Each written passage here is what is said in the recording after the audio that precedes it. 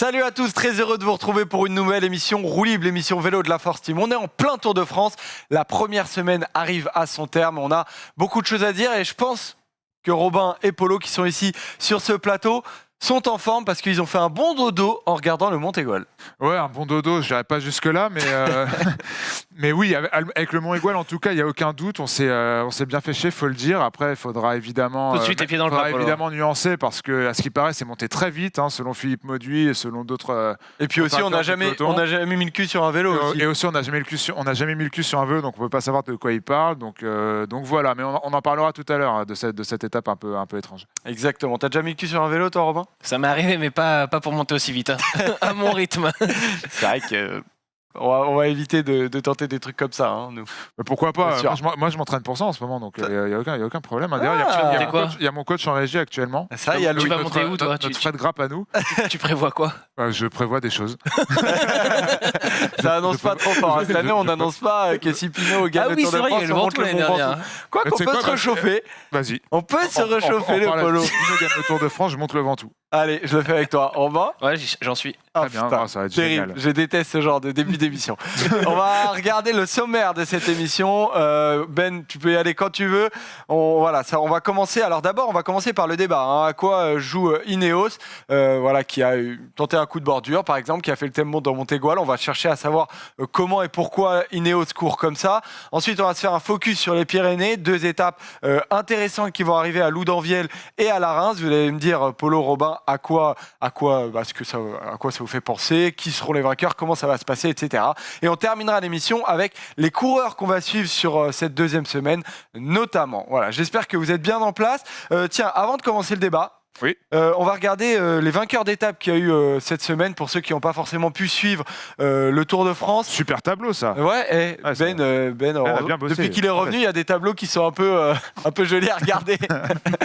Donc cette 3e étape qui avait été gagnée au sprint devant Ewan, Bennett et Nizzolo. La 4e étape, Roglic qui avait réglé ça devant son compatriote Pogačar et Guillaume Martin. L'étape 5, Wout van Aert avait gagné au sprint devant Chase Ball et Sam Bennett. Et cette étape 6, du coup, au Mont Aigoual, Lutsenko a gagné devant Jesus Herrada et Greg Van Avermaet. Et quand Greg Van Avermaet termine 3e d'une étape, soi-disant, où il y a une explication entre grands favoris, ça en dit long sur ce qui s'est passé hier sur le Mont Aigoual. De doigts de reprendre le maillot jaune, en plus, ça aurait été assez cocasse comme situation. Il a clairement dit... prenait le maillot jaune... Sur une étape de montagne. Ça aurait été étonnant, mais il aurait fallu expliquer pourquoi et comment. Il l'a pas déjà fait. Il avait pris au Lioran en 2016. Il a pris au Lioran en 2016, ouais, c'est ça. Hein, avec De Rent en échappé. Ça. Ouais. Un peu moins d'altitude, mais il l'avait pris. Ouais, c'est un filou quand même, ce Van Avermaet. Dans la fantaisie de Tom Serravino, notre stagiaire qui croit beaucoup en lui. Notre stagiaire. Il n'est plus stagiaire d'ailleurs. Stagiaire depuis 2014. Il n'est plus stagiaire depuis la décennie précédente. Mais il restera le stagiaire, c'est clair. Tu fais un point sur le dispositif aussi, on rappelle ça à nos invités. Faisons un point, mais tu vas faire un point parce que tu le connais parfaitement et tu sais expliquer beaucoup mieux grâce à Polo. Super petit écran, j'ai vu qu'on avait le tableau. Merci Ben. Donc ouais, voilà, si vous nous regardez sur Twitch actuellement, vous savez que les lundis et vendredis à 11h, on est sur Twitch. C'est du faux live, on va pas se mentir, mais on est dans les commentaires avec vous pour réagir à ce qu'on dit. Là, on tourne juste avant. Et là, on tourne juste avant. On est lundi matin et on n'est pas lundi matin, on est vendredi matin. On est vendredi matin, je suis fatigué. Et après, évidemment, ces vidéos de Twitch, elles sont disponibles directement sur YouTube. Et tous les soirs, vous en avez pris l'habitude. Hier, Robin a fait un super live avec Alexandre Pedro du magazine Pédale. Tous les soirs sur Instagram, un petit live d'une demi-heure à 20h. Où on se régale, on a des invités, on rigole bien. Et c'est la fête et on est tous hyper contents. Voilà. C'est la fête, oui. Exactement, Polo. Bon, voilà, tu as parfaitement montré ce dispositif. Donc, on se retrouvera en live ce soir, notamment à 20h sur Instagram pour le débrief de la prochaine étape. On a fait le tour du sommaire, on a fait le tour du dispositif. On va pouvoir partir tout de suite sur le débat, tout de suite dans la course. C'est parti.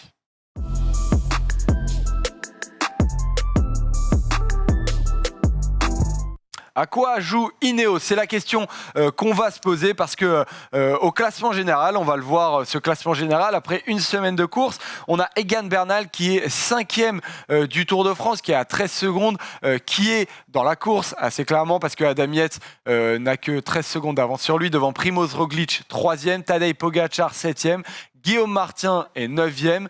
Et il y a un deuxième Jumbo-Visma, Tom Dumoulin 13e, Esteban Chavez, Nairo Quintana, Romain Bardet et Miguel Angel Lopez. On va s'intéresser particulièrement donc à Egan Bernal et à son classement et on va se poser cette question. À quoi joue Ineos? Parce qu'il y a eu des éléments de course qui nous ont un peu étonnés par rapport aux dernières années. Donc Robin, toi, est-ce que tu comprends aujourd'hui la manière avec laquelle contrôle la course ou court Ineos Grenadier? Oui, tout à fait. C'est une équipe Ineos différente des années précédentes. Non, je suis pas inquiet. Je suis pas inquiet pour cette équipe Ineos. C'est pas la même que d'habitude. Il n'y a pas Chris Froome, il n'y a pas Geraint Thomas qui, à eux deux, ont gagné 5 Tours de France. Forcément, quand tu te prives de 2 coureurs aussi importants, tu peux pas courir de la même manière. Voilà, Ineos avait l'habitude d'avoir dans son équipe des énormes rouleurs pour faire le train en montagne, pour gérer la course. Il y a cet aspect-là qui change. Ils n'ont plus ces coureurs-là. Aujourd'hui, les équipiers d'Egan Bernal, c'est notamment un garçon comme Richard Carapaz, qui n'est pas forcément un très gros rouleur, qui va aider Bernal, mais pas de la même façon que Thomas pouvait aider Chris Froome, par exemple, ou que Thomas a pu aider aussi Egan Bernal l'année dernière. C'est un équipier différent. Même Amador, qui vient de l'équipe Movistar, c'est un peu différent aussi. C'est pas une bête à rouler, même si lui roule mieux que Carapaz. Et puis, en deuxième aspect, il y a cette équipe Jumbo-Visma qui veut, elle, à son tour, prendre le contrôle de la course et prendre le rôle, finalement, qui revenait à Ineos ces dernières années. Et je pense que Ineos a tout à fait raison de les laisser faire. Si eux, ils ont envie d'assumer le poids de la course et de rouler finalement en plus de la même façon que ce que faisait Ineos les années précédentes, c'est-à-dire que ça correspond tout à fait à cette équipe, ça correspond tout à fait à Bernal de mettre un gros train dans l'école, qu'ils y aillent. Ils vont pas s'embêter, Ineos, ils vont pas cramer leurs coureurs. Si Jumbo a envie de faire le tempo avec Wout van Aert, Sepp Kuss, George Bennett et Dumoulin et Roglic à la fin, c'est tout bénef pour Ineos, qui est une équipe un peu plus faible et qui a tout intérêt à rester un peu plus dans l'ombre. Tu comprends, toi, la manière de courir d'Ineos sur cette première semaine, Paul? Bien sûr, elle observe, elle a beaucoup observé cette première semaine. Elle a vu la Jumbo notamment bosser hors Sierre-Merlette. Elle s'est mise en retrait. Hier, elle a décidé de prendre la responsabilité de la course, justement pour imposer un tempo qui permettrait à Egan Bernal de ne pas trop se fatiguer. Parce qu'évidemment, on en avait parlé avant le Tour de France. Toi, tu étais plutôt inquiet tu avais dit, on parlait de fin de cycle pour Ineos. Tu étais plutôt inquiet pour ce Tour de France. Moi, j'étais pas très inquiet. Cela dit, ce début de tour, on ne peut pas nier qu'il est pas. Tous les feux ne sont pas ouverts pour Ineos. La première raison, c'est la blessure, enfin la chute, et un Pavel Sivakov qui n'arrive pas à revenir à son meilleur niveau, qui est censé être le leader, l'atout numéro 1 d'Egan Bernal en montagne. Est-ce qu'il va se refaire la cerise sur les 2 prochaines semaines? Quid d'un Carapaz qu'on a vu limiter aussi à Sierre-Merlette, du Amador et du Lucro qu'on a vu moins efficace que... Carapaz, beaucoup. Alors, un petit accro, je suis d'accord avec toi, à Sierre-Merlette, beaucoup mieux hier au Mont-Égual. Beaucoup mieux hier au Mont-Égual. Finalement, ça montre aussi, il y a un truc à prendre en compte sur Carapaz, c'est qu'il n'était pas prévu sur le Tour de France. Lui, il était prévu qu'il fasse le Giro, et au dernier moment, avec tous ces chamboulements de Froome et Thomas qui ne sont pas dans la liste des partants, Dave Brailsford a décidé de ramener un autre second leader, en quelque sorte, pour aider Egan Bernal et faire un peu peur, malgré tout, à cette équipe Jumbo-Visma qui paraît au-dessus. Et donc, Carapaz se retrouve directement sur le Tour de France, alors que ce n'était pas prévu. Forcément, son pic de forme, il n'était pas prévu début septembre. Et il va arriver, je pense, d'ici une dizaine de jours, quand ça va batailler. Et on a vu le style de course qu'on a depuis une semaine. Il y a eu 3 étapes de montagne, ça s'est pas bagarré. Donc c'était la bonne option de ne pas être en forme tout de suite. Ça servait à rien. C'est ça, c'était un pari. Enfin, je ne sais pas d'ailleurs si c'était un pari. Le fait est que, comme tu l'as dit, le pic de forme de toute cette équipe, l'objectif de cette équipe, c'est la 3e semaine. Là, ils viennent de passer une semaine vraiment tranquille au chaud, c'est ce qui les sauve. Mais par contre, il y a des éléments qui sont un petit peu inquiétants. Si je devais un peu nuancer tes propos, Robin, j'ai parlé de la blessure de Sivakov, un Egan Bernal qu'on voit vraiment à la limite, alors que il n'y a pas eu un énorme tempo hier. Sur l'accélération de Ryan Barguil, il est en difficulté. On voit, j'ai vu une photo sur Twitter d'une prise d'hélicoptère où quand Barguil accélère, Kwiatkowski est dans sa roue et Bernal laisse un écart. Et c'est à ce moment-là d'ailleurs que on a la déclat d'ailleurs c'est Bauke Mollema qui balance. Mais c'est continue comme ça, Bauke. Tu commences à remonter vraiment dans mon estime après quelques années difficiles. Là en ce moment, il commence à lâcher des petits secrets du peloton. J'aime bien ça. Et à l'arrivée, Egan Bernal a dit à Kwiatkowski d'y aller doucement au moment du sprint. Peut-être qu'il n'était pas génial ou qu'il ne voulait pas aller plus vite quand Julien Alaphilippe a fait un petit écart. Et ça s'est vu. Et ça, c'est même si on sait que c'est pas une montée qui correspond aux qualités d'un Egan Bernal, c'est une montée c'était très roulant, cette deuxième partie du Mont Iguel, enfin le Mont Iguel d'ailleurs, je ne parle pas du col de la Luzette, c'était très roulant. Et surtout, ça ne monte pas très haut en altitude et ça arrive très tôt dans un grand tour. On l'a vu en 2018 et en 2019, que la forme d'Egan Bernal, elle arrive au top en troisième semaine et quand ça grimpe. Et bien exactement, c'est ce qui va se passer cette année, c'est qu'à mon avis, on en avait parlé dans la preview, quand il va arriver en troisième semaine et que ça va grimper, ça va taper de l'altitude et ça va taper les demi-mètres, on est sûr qu'il sera en forme. Après, par rapport à toute la domination Sky et les 10 dernières années qu'on a vues, il ne maîtrise pas la course et il y a beaucoup de grains de sable. Il la contrôle pas. C'est pas parce que Sivakov à Amador, d'un Carapaz. C'est pas parce qu'ils font pas le train toute la journée qu'ils la maîtrisent pas. Pour moi, ils la contrôlent pas. Ils laissent d'autres équipes la contrôler, mais parce que ça leur convient. Et le jour où ça leur convient pas, regarde. Pour l'instant, pas le choix aussi. Regarde dans le Mont Iguel, ou dans le col de la Luzette, quand ils ont envie de faire le tempo parce que ça les arrange, ils ont les hommes pour le faire. C'était dans l'étape aussi, je crois, du Turini. Un tempo léger. À un moment, on les a... Tempo léger, oui, mais... Castroviero qui fait toute la montée. Ah, Castroviero, ça veut pas dire que c'est léger. Hein. On l'a vu. Castroviero du Dauphiné est monstrueux. Voilà. Je pense qu'ils font le tempo qui les arrange. Et si Jumbo-Visma vient à côté et veut durcir, bah, soit ils vont les laisser durcir, soit ils vont eux-mêmes durcir. Mais je pense que Ineos roule totalement à sa main pour l'instant, en essayant d'économiser ses hommes. Peut-être aussi que la stratégie elle a changé un petit peu après ce premier jour de course où Sivakov a durement chuté et qu'on s'est dit bon, on va se mettre un petit peu en retrait le temps que Sivakov récupère un petit peu aussi. Le temps que Carapaz se mette en route parce qu'il n'était pas prévu qu'il soit là et il lui faut un peu de temps pour se mettre dedans. Mais voilà, on se rappelle aussi que sur le Giro en 2019, Carapaz au début du Giro, il n'était pas du tout dans les pronostics et dans la discussion pour le maillot rose. Et finalement, après une dizaine de jours, on se rend compte qu'il est en forme, qu'il est là et en troisième semaine, c'est le plus fort et il gagne ce Giro. Donc voilà, moi je pense que Ineos, malgré tout, malgré la perte de certains hommes, malgré les petits accros qu'il peut y avoir, ils savent faire, ils savent être en forme quand il faut. Tu l'as dit, Polo, il va y avoir de l'altitude un peu plus en troisième semaine. Ça correspondra à Bernal. Il sait quand il faut qu'il soit là. Et j'ai envie de dire que si Bernal n'est pas assez fort aujourd'hui pour suivre les attaques, alors les autres sont très très bêtes de ne pas même essayer. Parce que si Bernal il est à la limite, Roglic hier il met une offensive dans le col de la Luzette. S'il peut prendre une minute à Bernal, pourquoi il ne le fait pas? Je vais vous poser une question très directe, Paul. Est-ce que vous avez l'impression que Bernal aujourd'hui peut gagner le Tour de France? Je pense que oui, hein, parce que j'essaie de nuancer un peu le côté inquiétant ou pas, mais comme on l'a dit avec Robin,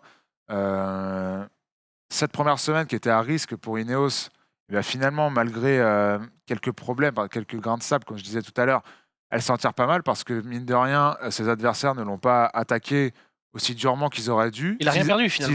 S'ils avaient vu les faiblesses, entre guillemets, d'Egan Bernal et de ce team Ineos, d'ailleurs, je trouve ça surprenant. Tu crois qu'ils ne les voient pas? On a la télé, ils l'ont aussi dans les voitures de directeur sportif. Le problème, et je sais qu'il y a beaucoup d'enjeux et que maintenant on devient très frileux à l'idée de prendre des risques, notamment quand tu es leader d'un classement général, que tu te bats pour gagner le Tour de France.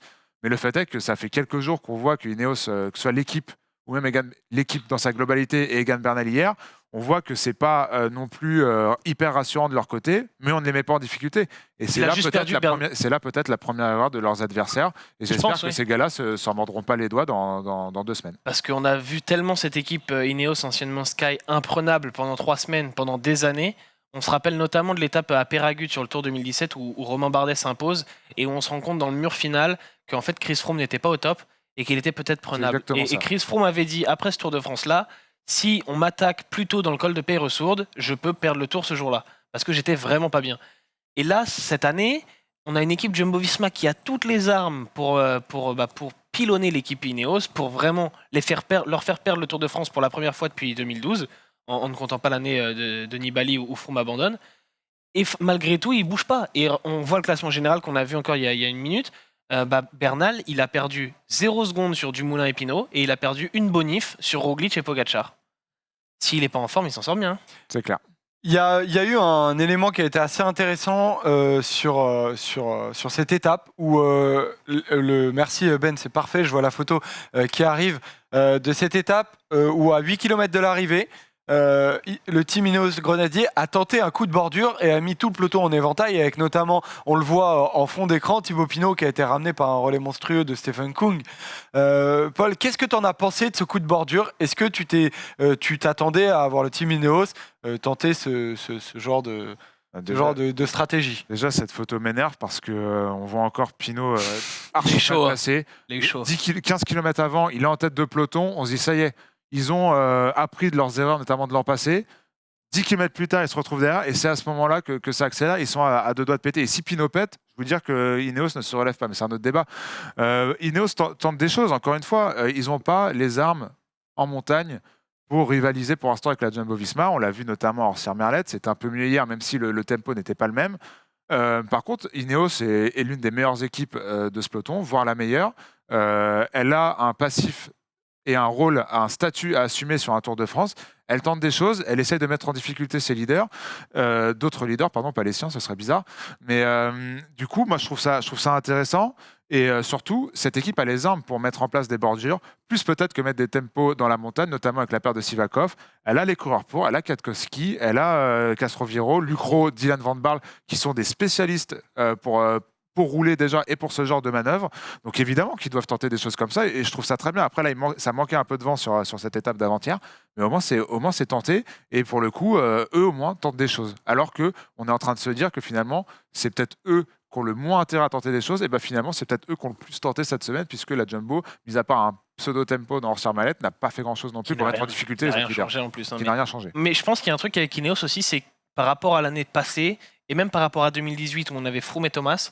Cette année, on a une hiérarchie tellement claire. On sait que Bernal est le leader. Même si Carapaz a gagné un Giro, on sait qu'il est là en coéquipier. Il n'y a aucune ambiguïté là-dessus, aucune confusion. Il n'y a aucun déclat de la course va nous mettre à notre place, la course va décider qui est leader, comme on peut avoir chez Jumbo-Visma. Et je pense qu'en interne, c'est beaucoup plus tranquille. À la fois, c'est beaucoup plus tranquille que chez Jumbo, où il y a cette petite rivalité Roglic-Dumoulin. Et c'est beaucoup plus clair aussi que les années passées, où il y avait soit Froome et Thomas, soit l'année dernière Thomas et Bernal. Là, c'est tout pour le même coureur, on sait. Donc personne en fait n'a besoin de se montrer outre mesure, personne n'a besoin d'assumer son statut, de taper du poing sur la table. Alors que chez Jumbo-Visma par exemple, on a Roglic qui quand il va gagner l'étape à Orsières-Merlette, il montre qu'il est plus fort que Dumoulin qui était lui un peu à la limite. Et finalement, chez Jumbo, on a un peu ça tous les jours, avec Dumoulin qui espère être meilleur dans quelques jours, Roglic qui espère en profiter aujourd'hui, mais personne qui veut se mettre en difficulté parce qu'ils ont peur de se prendre le retour de bâton. Voilà, parce que tu es deux leaders. Ça veut dire que si Roglic attaque et que Pinot, Bernal, Dumoulin recollent et que Roglic s'est cramé sur l'attaque, derrière le contre, il est pour Dumoulin et c'est Dumoulin qui en profite. Et je me demande si ça joue pas aussi un peu dans le fait que les deux leaders de Jumbo-Visma, et surtout Roglic qui a l'air d'être le plus fort en ce moment, n'ose pas trop aller de l'avant. Alors que Pinot, s'il n'y est pas allé, il l'a dit hier notamment au Mont-Aigoual, c'est parce qu'il n'était pas bien. Pas terrible en tout cas. Et Bernal, je pense que c'est la même chose. S'il n'y va pas, c'est parce que pour l'instant, 1, il peut pas, 2, c'est pas assez intéressant pour lui. Alors que chez Jumbo-Visma, vraiment, comme disait Polo, est-ce qu'ils vont s'en mordre les doigts plus tard? Moi, je pense que oui, parce que là, c'était des terrains pour faire des écarts. Regarde Roglic à Orsières-Merlette, s'il attaque plus tôt, il prend peut-être 20-30 secondes. Et je pense qu'hier, s'il attaque juste avant la bascule au col de la Luzette, c'est pareil. Il fait un bout de la descente, il remonte derrière. Qui aurait roulé pour le reprendre? Les Groupama FDJ? Les Ineos? Bon, les Ineos, ils auraient peut-être essayé, mais qui d'autre? Peut-être les Mitchelton Scott pour sauver le maillot jaune d'Adam Yates, mais moi je pense que Roglic hier il aurait pu reprendre une vingtaine de secondes. Il n'a pas cherché à le faire effectivement. On a fait le tour de ce débat. Je ne sais pas si Polo tu voulais ajouter quelque chose en particulier. Ouais, un dernier mot rapide sur ce que disait Robin sur ce duo de leaders chez Jumbo. Ça me rappelle vraiment 2018, la façon de courir notamment dans Orsières-Merlette il y a 3 jours.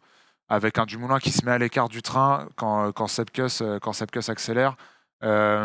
Tu sens que ces deux-là vont se tirer dans les pattes, à l'image de ce que Roglic et Kruijswijk ont fait il y a 2 ans, sur l'étape de la Reims notamment. Ils ont des intérêts effectivement qui sont divergents. Voilà, et là pour le coup je rejoins Robin, même si ça a l'air moins fort, même s'il y a des petits points d'inquiétude chez Ineos, au moins tout est clair et je pense qu'ils ont une stratégie préétablie, maîtrisée, parfaite. On verra si ça suffit pour gagner le Tour, mais en tout cas, même si la Jumbo semble plus fort aujourd'hui, eux au moins ils savent où ils vont, ils savent comment ils veulent y aller, donc c'est quand même en un point plutôt rassurant, même si il y a quand même quelques soucis chez Ineos par rapport aux années. Mais il va falloir le lâcher Bernal quand même. Ouais, c'est clair. Pas. On en a terminé avec cette première étape du Tour de France et ce débat à quoi joue Ineos Grenadier. Dites-nous dans les commentaires ce que vous en pensez. On va passer à la suite du Tour de France et notamment aux Pyrénées. C'est parti.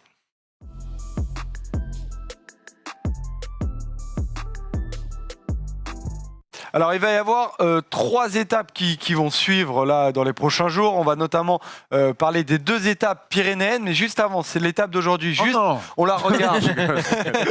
on regarde le profil pour vous dire si oui ou non vous avez intérêt à la regarder. Une espèce, oui, clairement, de transition. Pourquoi ? Parce que ça va être une étape pour sprinter en théorie.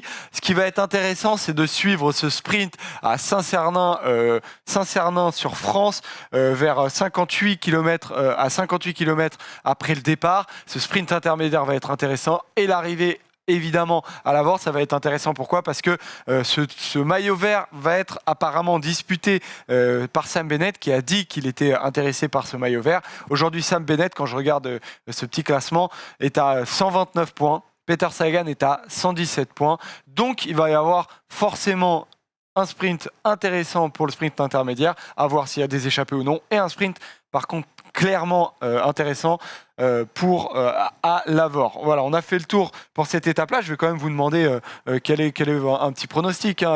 Ça ne va pas compter dans les pronos roulis, mais je vais vous demander votre Bennett. Tu vas mettre Bennett. Je reste dessus. Je reste sur Ewan parce qu'il est dans la fantasy et que je pense qu'il va gagner tout simplement.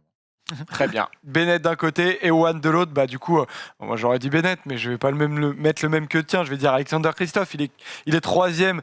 Il est troisième sur le classement du maillot vert. Il a 93 points. Ça lui permettrait de revenir dans la bataille et ce serait plutôt intéressant pour nous. On a fait le tour sur cette première étape et on rentre dans le vif du sujet avec cette première étape pyrénéenne réellement.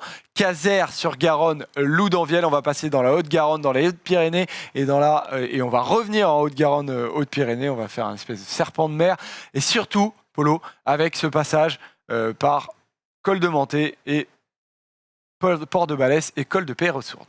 Ouais, alors moi j'ai été surpris hier. Je parlais de cette étape sur Twitter avec pas mal de gens qui me disaient il va rien se passer.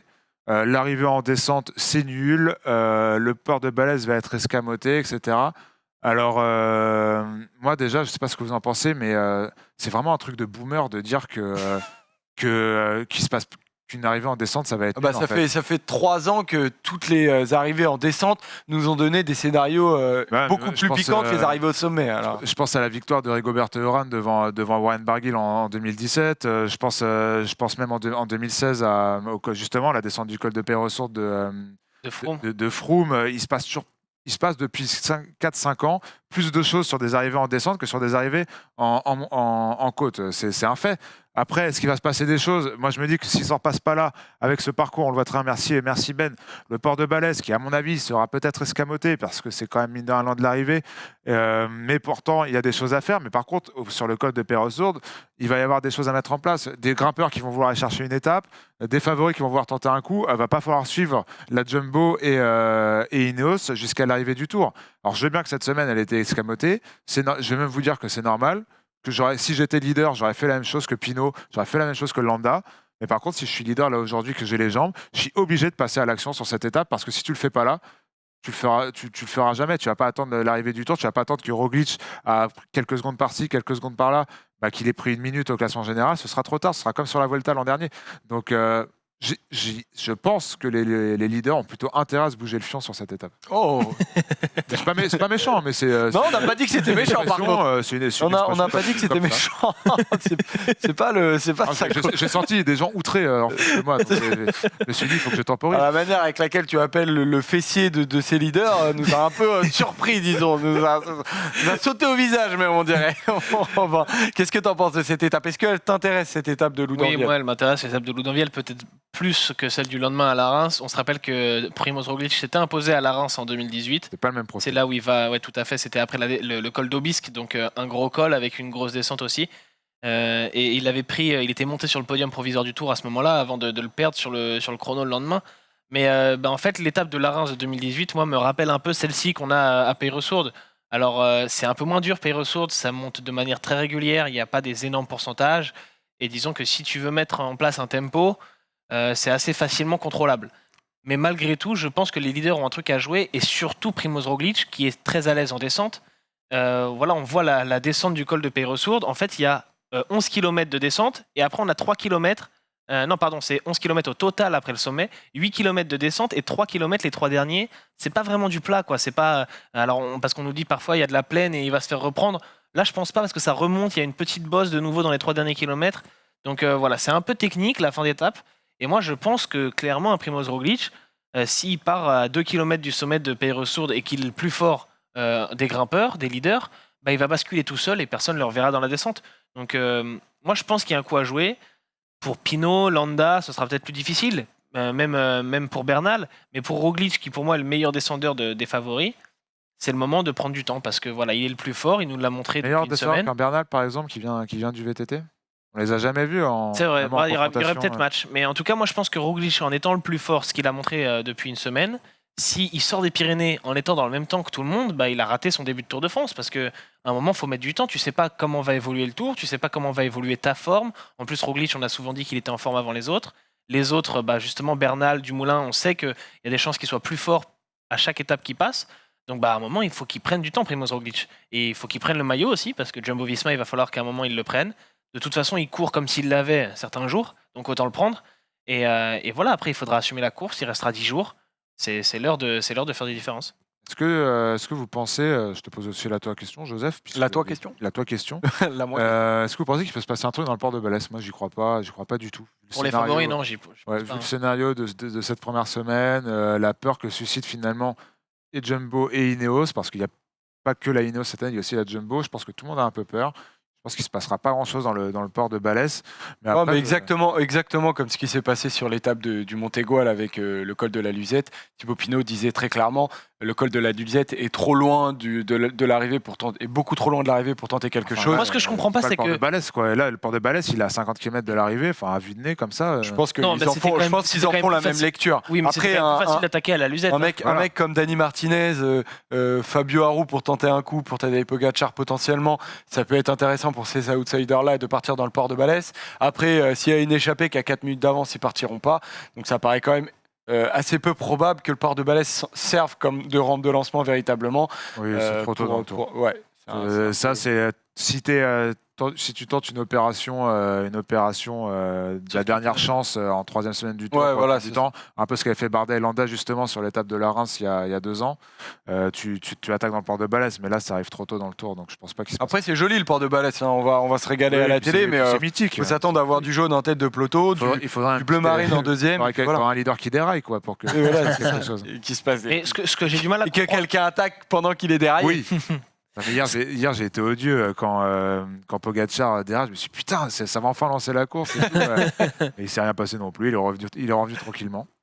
J'étais un peu déçu. Honnêtement, sur cette première étape pyrénéenne, s'il ne se passe rien, je ne comprends pas. Parce que si tu attaques sur le haut de Peyrelsourde et que tu fais la descente, au pire, tu n'es pas assez fort. Tu te fais reprendre, tu ne vas jamais perdre de temps. Puis tu testes les leaders derrière. Voilà, tu les mets en difficulté. Mais surtout, il n'y a pas de risque. Je veux dire, il ne peut pas y avoir de retour de bâton. Au pire, tu te fais juste reprendre. Et c'était un peu pareil hier au Mont-Égual. Si tu attaques dans les derniers kilomètres du col de la Luzette et que ça ne marche pas, tu finis avec tout le monde. Donc voilà, franchement, et ça va être la même chose sur l'étape de dimanche qui arrive à la Reims, qui est moins difficile, mais où il y aura peut-être aussi moyen de tenter quelque chose sur les derniers kilomètres. Si tu tentes et que tu rates, on n'est pas sur une arrivée au sommet où tu vas du coup te faire manger, te prendre un contre et perdre du temps. Après, tu te mets à l'ouvrage et en descente quand tu es tout seul et que tu veux faire un. Tu prends des risques, oui.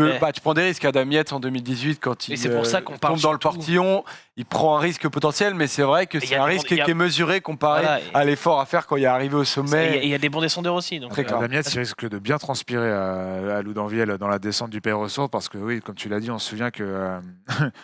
Alaphilippe l'avait coiffé au poteau en 2018. C'est pas le meilleur des descendeurs. Il va être mis en difficulté par du Roglic, du Bernal, du Bardet, par des mecs comme ça qui vont vouloir faire la descente. Je l'espère. Donc bon courage à Damiens pour garder son maillot. On va regarder d'ailleurs les pronos, vos pronos à tous les deux. Alors je me rappelle plus de vos pronos. Très bien, je vais les découvrir à nouveau. Romain, t'as mis Roglic, donc tu attends véritablement que la Jumbo-Visma enfin prenne. Il a gagné 2 fois en descente. Il gagne à la Reims en 2018 et à Serre-Chevalier en 2017. Donc franchement, c'est une arrivée pour lui. Et Polo respecte notre preview. Il était déjà tout seul à Serre-Chevalier dans le Galibier. Dans le Galibier, voilà, j'allais dire une bêtise. Mais oui, t'as fini sur Roglic parce que je t'ai coupé. Oui, non, j'ai fini. Ok, très bien. Moi, Landa, il est chez lui. Je l'avais vu sur la Ruta del Sol, plutôt à l'aise en descente avec Fuglsang en début de saison. Et puis surtout, c'est typiquement le genre de coureur que j'imagine passer à l'offensive dans cette étape. On sait que c'est un attaquant, on sait que s'il a les jambes, il va y aller. Et je pense que même si c'est pas le meilleur des descendeurs, je pense pas que la descente lui fasse non plus très très peur. C'est une descente qu'il doit très bien connaître, bien mieux que moi en tout cas. Et donc non, je crois beaucoup en Mikel Landa que j'adore. Le truc avec Landa, c'est qu'on le voit très souvent à l'attaque, mais quand il est déjà largué au général. Et ce serait sympa de le voir à l'attaque quand il est encore dans le temps des meilleurs, quoi. Ouais, parce que on en parlera plus tard, mais mine de rien, pas un seul favori a mis une attaque dans ce Tour de France après 6 étapes. 7 étapes. Roglic a accéléré sur la fin de Merlet. Et Guillaume Martin. Ouais. On en parlera tout à l'heure. Et donc moi j'ai mis Bardet, mais après avoir discuté de cette étape-là et de la possibilité du tempo un peu étouffant de la Jumbo, j'y crois un peu moins désormais pour Romain Bardet. Ça va être difficile de sortir s'ils font un tempo à 30 à l'heure, mais c'est un bon descendeur et s'ils partent dans les derniers kilomètres du dernier col, du col de Peyre-aux-Sourdes, potentiellement c'est un bon descendeur, il peut aller au bout. En tout cas, moi j'aimerais beaucoup. Et puis ça va être intéressant, moi, ce que je me disais au Montégoal, c'est que si Bardet attaque, clairement il vise les étapes. S'il attaque pas, c'est qu'il vise le classement général. En fait, la réponse ça va être plutôt à Loudanviel, quoi. Mais justement, le problème c'est ça, c'est que pour moi, Bardet, sa seule chance de gagner, c'est d'anticiper. Et il peut pas anticiper quand il est à 10 secondes du maillot jaune, quoi. Ouais, voilà, à 13 secondes du maillot jaune. Ouais. Donc c'est ça.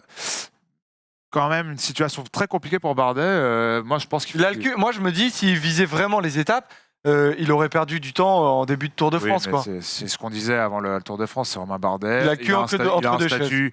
C'est quand même un Français qui sort de 2 podiums sur le Tour de France, dont une année où il est quand même pas très loin de gagner, mine de rien. C'est dur, hein. Le problème, c'est dur de se dire je vais faire exprès de perdre du temps en montagne. Hein. Et puis le souci, c'est qu'avec la physionomie de ce tour, pour l'instant, il n'y a pas non plus d'opportunité. Il n'y a pas une étape super dure pour l'instant où il a pu perdre du temps, limite sans l'avoir fait exprès. C'est que finalement, là, heureusement qu'il n'est pas lâché, quoi. Donc, du coup, même les Pyrénées, si on est en train de parler de scénario un peu offensif, mais il y a quand même une possibilité pour que ça bouge pas, encore une fois. Et il est très possible que Romain Bardet se retrouve à la 12e étape, à la veille du Puy-Marie, en étant encore dans le temps des meilleurs au général, et que je parle pour Bardet, mais c'est le cas aussi pour d'autres coureurs un peu outsiders qui joueraient les étapes s'ils étaient lâchés au général, même Alaphilippe, qui va encore rester dans le temps des leaders probablement. Quid d'Alaphilippe, et du coup, ça te donne pas les libertés pour aller jouer. Ça te fait passer les Pyrénées en étant bloqué déjà. Si le port de Balès et le focus le focus, je sais pas pourquoi je pense au focus, parce que c'est écrit là sûrement, et que je me suis tourné vers là. Si le port de Balès et le col du Peyre-aux-Sourdes sont montés au train, Alaphilippe, il sera là quand il faudra accélérer à 500 mètres du sommet, aller faire la descente. Hein. Donc c'est une bonne cote aussi pour la victoire d'étape. Hein. Plus grosse que ce qu'on a dit là. Peut-être plus dimanche que samedi. Ouais, mais alors après, si samedi il décide de perdre du temps, dimanche il va prendre l'échappée. Et là, pour le coup, je pense qu'il aura une vraie chance de gagner dans un petit groupe. On va regarder cette étape Pau-Larens, là où potentiellement à Loudanviel, certains feront exprès de perdre du temps pour gagner cette étape-là. Et d'ailleurs, en y réfléchissant, j'y crois peut-être plus pour Bardet sur cette étape-là s'il perd du temps la veille que sur l'étape de Loudanviel. Parce que cette étape, donc voilà, vous découvrez le profil, il y a une découverte du col de la Ourcère qui est qui est compliqué, qui est assez long, qui fait 11 km. Après, il y a le passage avait déjà été au parcours du Tour, mais sur une étape qui avait été neutralisée. Ah. Pour la petite anecdote. Et qui est très, très intéressante. Excuse-moi de t'avoir coupé. Non. Si tu me coupes pour dire des trucs intéressants, je peux être intéressé par le fait que tu me coupes. Le col du Soudé, mais qui fait que 4 km. Ensuite, on va passer par le col d'Icher et surtout ce col de Marie-Blanque, Robin, avant de basculer vers la Reims. J'ai monté Marie-Blanque. T'as monté Marie-Blanque. Je la connais. Comme Peyre-aux-Sourdes. Arrêtez de rire. Non, mais attends, tu montes qui tu veux. C'était dur. La fin est vachement dur. Écoute, j'espère que ça s'était bien passé en tout cas. C'est tout. Non, on arrête. Non, du coup, le col de Marie-Blanque, est-ce qu'il est difficile? Oui, la deuxième partie est vachement dure. Les 4 derniers kilomètres sont très très raides. Oui, tiens, c'est noté. Et voilà. Merci pour le tableau. Et voilà, tu vois la partie noire. Moi, j'étais content d'avoir un petit plateau, mais les coureurs n'en auront pas besoin. Moi, j'étais en train de réfléchir au scénario là en regardant le profil, et c'est clairement un groupe d'échappés qui va aller au bout. un groupe d'échappés avec des forts grimpeurs. On verra, on va surveiller ceux qui ont perdu du temps la veille. Je pense là rapidement à un Pierre Roland, je pense, qu'on a vu en forme sur le Dauphiné. Oui, l'échappée qui ressemble un peu à celle d'hier au Mont-Égual. L'échappée qui ressemble un peu à celle d'hier avec de meilleurs grimpeurs. Je pense à Pierre Roland, à Romain Bardet. J'ai peut-être d'autres noms qui m'échappent. Un Dan Martin, si c'est un parfait Lars Ries, ce genre de profil-là. Et j'imagine vraiment... Je sais, il va se passer des choses pour les favoris, mais je pense qu'il y aura déjà un groupe... Peut-être les Movistar, les Valverde, Mas, on n'a pas trop vu là au classement général. Un Valverde, typiquement, a le profil pour ça. On verra. Mais je pense qu'il peut se passer des choses, mais plus sur une course de mouvement avec un groupe devant et des choses à faire, moins pour les favoris, je pense.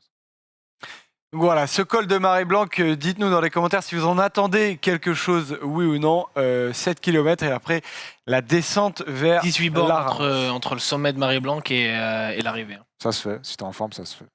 Alors, on a terminé avec ce focus. Ouais. Je ne sais plus, Polo, s'il y a un jingle bonif. Bien évidemment qu'il y a un jingle évidemment. bonif, évidemment. Je le sais, c'est parti pour le jingle bonif.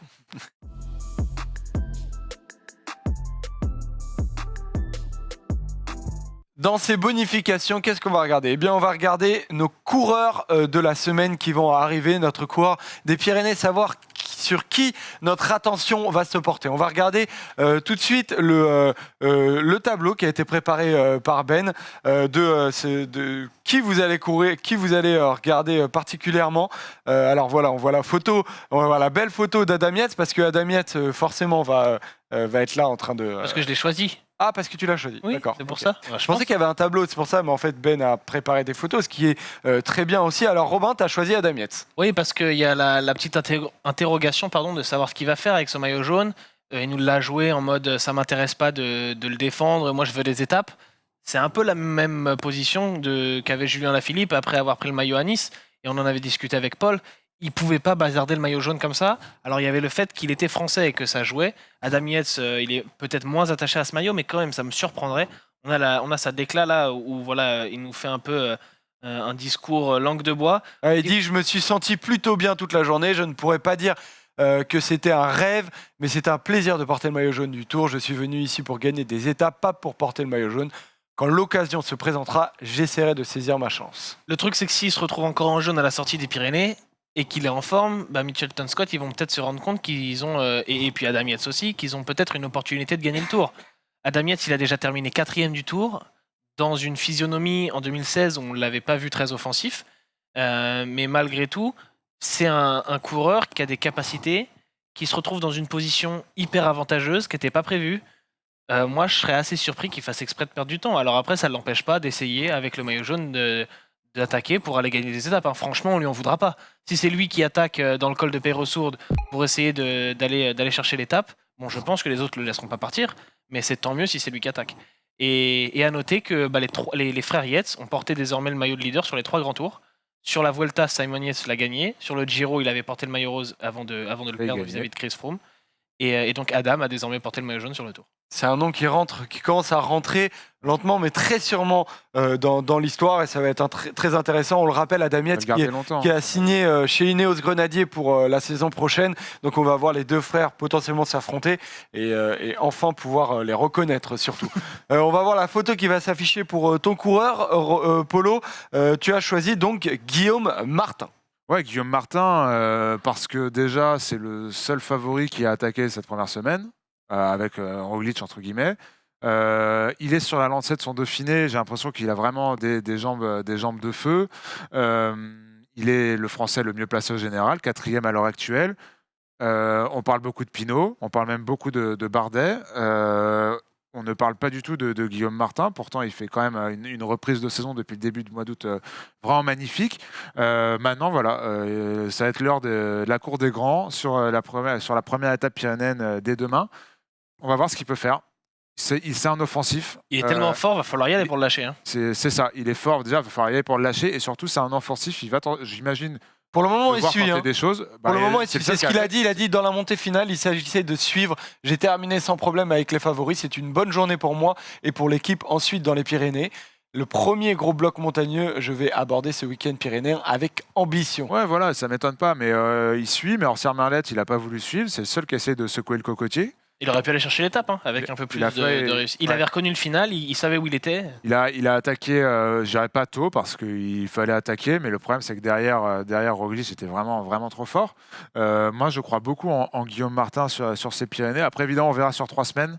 Il a été en forme très tôt lui aussi. On verra s'il peut durer, notamment pour aller chercher un top 10, voire un top 5 pour ce tour. Un top 5 qui paraît parfaitement imaginable. Un top 10 en tout cas, ça semble largement dans ses cordes. Ne pas faire top 10 serait décevant. Et faire un top 5 est imaginable. Pendant les Insta Live qu'on fait le soir, on aime bien discuter de sujets encore plus vastes que ce qu'on fait sur les émissions. Et notamment, Guillaume Martin, on en a bien parlé avec le chat. Et quand j'ai demandé au chat où il le voyait finir, il y avait énormément de top 5. Après, personne ne le voyait terminer sur le podium. Mais il y a notamment du monde qui le voyait terminer 4e. Donc, il y a un espoir qui naît autour de Guillaume Martin. Et c'est très intéressant d'avoir notamment aussi un autre Français que Thibaut Pinot prendre un peu la pression autour de cette possibilité. C'est une pression un peu différente. Alors c'est une pression podium, parce etc. que pour l'instant on lui demande pas de gagner le tour, mais c'est vrai qu'on a 4 gros favoris. Et on parle d'autre chose au moins, pas que de Thibaut Pinot médiatiquement. C'est intéressant même pour Thibaut Pinot, quoi. Tout à fait. Et puis derrière les 4 gros favoris dont on parle souvent, les 2 Jumbo-Visma, Bernal et Pinot, pour l'instant le nom qui se dégage c'est celui de Guillaume Martin. Donc oui, pourquoi pas rêver d'un top 5. En plus sur les 4 gros dont on parle, ils seront peut-être pas tous à l'arrivée. Donc voilà, ça laisse de la place. Et il y a des équipiers qui sont... un équipier surtout qui va l'aider, c'est Jesus Serrada. On l'a vu, il est relativement fort. Dans toutes les échappées, Il a bien aidé hier. Non, mais hier, c'est intéressant de voir Herrada, de voir Herrada partir et de montrer qu'il est relativement en forme. À l'image de la G2A mondiale, ils ont raison aussi de ne pas mettre tous les œufs dans le même panier, de tenter des trucs. Herrada est en forme, on l'a vu sur le championnat d'Espagne où il était quand même très fort.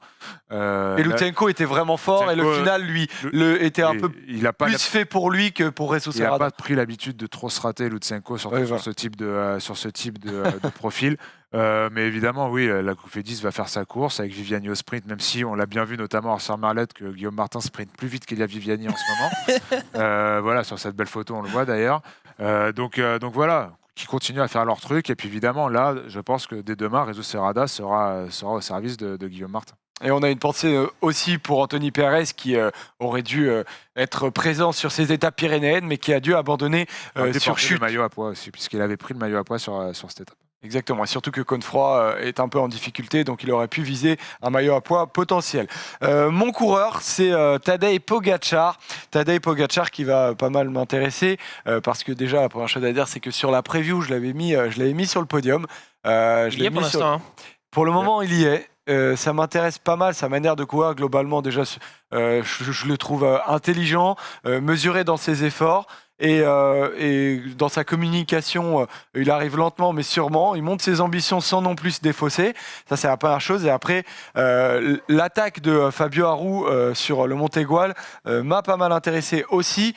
Alors d'abord on va prendre la déclat de Tadej Pogačar pour vous montrer son état d'esprit. Mon début de tour, c'est une sensation étrange d'être au Tour de France et de se battre avec les meilleurs coureurs du monde. Je ne suis pas surpris par ma forme, je la connaissais, mais ça reste une sensation incroyable. On le rappelle, Tadej Pogačar qui fait son premier Tour de France. On a l'impression qu'il est là déjà depuis 2-3 ans. Il n'a pas chuté à Nice, il est dans les temps parfaitement.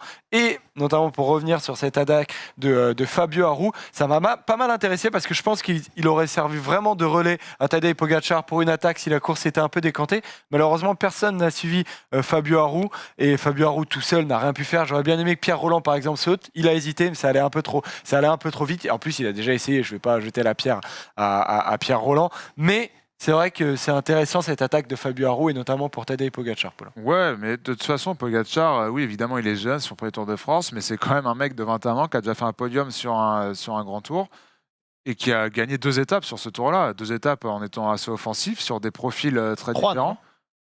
Non, 2, non. Je crois qu'il en gagne 3, mais je me trompe peut-être. Il me semble que c'est 2, peut-être 3, j'ai un doute. Et en tout cas, c'était surtout des profils différents, avec des profils plus type Valverde sur des montées courtes et violentes. 3 étapes, me confirme Joseph, et aussi des réelles étapes de montagne, à chaque fois, notamment devant Roglic. S'il a cette forme de la Vuelta, et à mon avis, j'ai l'impression qu'il l'a, puisqu'il monte en puissance. On l'a vu monter en puissance sur le Dauphiné, où c'était compliqué au début, et ça s'est très bien passé sur la dernière étape. Là, il a évité tous les pépins, il a une équipe solide, et surtout, il montre des gages de confiance. Et moi, je l'ai dans ma fantasy. Je l'ai pas mis sur toi, mais j'ai dans ma fantasy. Je crois énormément en lui. Je l'avais même mis en capitaine le jour hors Merliet. Il m'a rapporté beaucoup de points. Donc non, Pogacar sera, à mon avis, au rendez-vous. 3 semaines, ça lui fait pas peur. Il l'a prouvé. Tous les voyants sont au vert et je pense qu'il va être très dangereux, même pour Primoz Roglic. Cette association slovène fait vraiment peur. Un peu l'image de ce qui se passe en NBA d'ailleurs.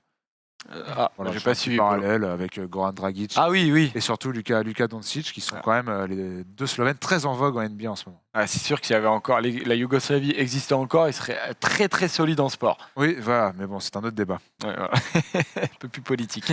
Alors, on en a terminé avec ces bonifs. Du coup, les gars, on a fait le tour. Il n'y a pas de quiz ? Il n'y a pas de quiz, mais si, les gars, si vous voulez. Nous faire un petit qui-suis rapide. Exactement, Polo. Alors, je vais essayer de chercher un petit qui-suis. Je vais aller chercher sur un tour précédent.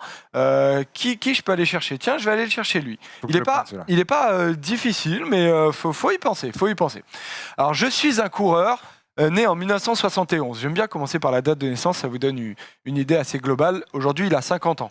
49 ans exactement, il n'est plus sur les routes. J'imagine. À moins de s'appeler Oscar Sevilla, à cet âge-là, tu es tranquille avec tes enfants. Hein, David Rebellin. Ou David Rebellin. Voilà. Donc à 49 ans, j'ai pris ma retraite depuis 2008, où j'ai terminé ma carrière à la Liquigas.